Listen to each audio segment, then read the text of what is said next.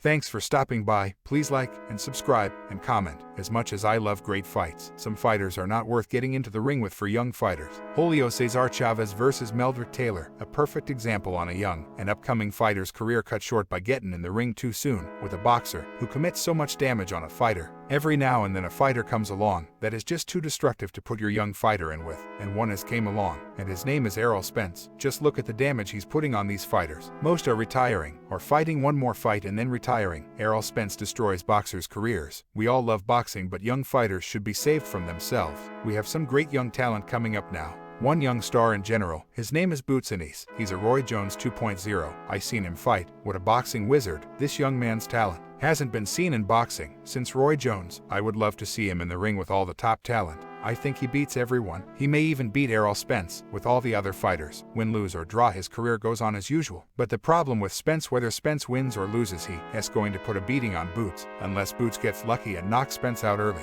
Terrence Crawford and his team knew this. That's why Terrence ducked Spence. In his heart he knew win, lose, or draw he was going to take a beating. Ask Mikey Garcia, or Danny Garcia, or Porter, or Ugas. Spence is a Terminator. That's what he does. And to think someone is going 12 rounds and not take punishment from him is wishful thinking. I know Boots has top-level skills, but the ring is only so big, you can't run for 12 rounds and escape punishment. Somewhere in the fight you will have to fight. Because like I said, Spence is the Terminator. He just keeps on coming. One of my favorite people and trainers is his father, Mr. Ennis. Wonderful trainer, one of the best in boxing, hands down, and as a person I never met him. But you better believe, whenever I seen him in an interview, I watch it. His boxing knowledge is second to none as well. But if I had to give him some advice about his son Boots, I would tell him to keep far away from Errol Spence. The reward is not worth the risk. I would tell him wait until he becomes champ. Hold and unify some belts, defend them a few times, and in about 3 years or so, Boots is still young. Then go after that old bull, Errol Spence. I know I will get a lot of pushback on this, but I go back to Meldrick Taylor. He took that Chavez fight too soon in his career. I am so sure if he had not took that fight, he would have went on to be the best of the best. After that fight, no one can argue. He was never the same, so if it were me, there is no way in hell would I put my son in there with Errol Spence right now. Even though I think Boots has a 50/50 chance of winning the fight, to me, the future is a whole lot brighter just passing on that fight.